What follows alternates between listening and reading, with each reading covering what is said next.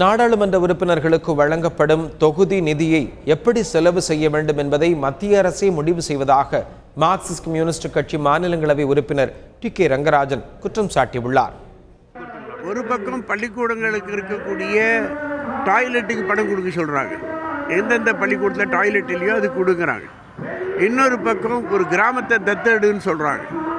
இன்னொரு பக்கம் ரயில்வே கொடுக்குறாங்க. என்ன புரியலன்னா, இந்த பணத்தை அவங்களே செலவு பண்ணலாம், எம்பிக்கு கொடுக்க வேண்டிய அவசியமே கிடையாது.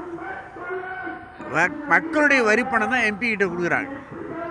இந்த பணத்தை அவங்க நிறுத்திட்டு இந்த பணத்தை முழுக்க நாங்களே செலவு பண்ணுறோம், எங்கே செலவு பண்ணோங்கிறது உங்களுக்கு கணக்கு காட்டுறோன்னு சொன்னால் போதும் எங்களுக்கு. அதுதான் எங்களுடைய கருத்து. எம்பிக்கான நிதி என்பது ஒரு தேவையில்லாத ஆறாவது விரலாக இருக்கிறது. யாரையும் திருப்திப்படுத்த முடியாது. ஆகவே அரசே அந்த பணத்தை எடுத்து என்னென்ன செய்யணுமோ அதை செய்வது என்பது நாட்டு மக்களுக்கு நல்லது செய்தால் நல்லது.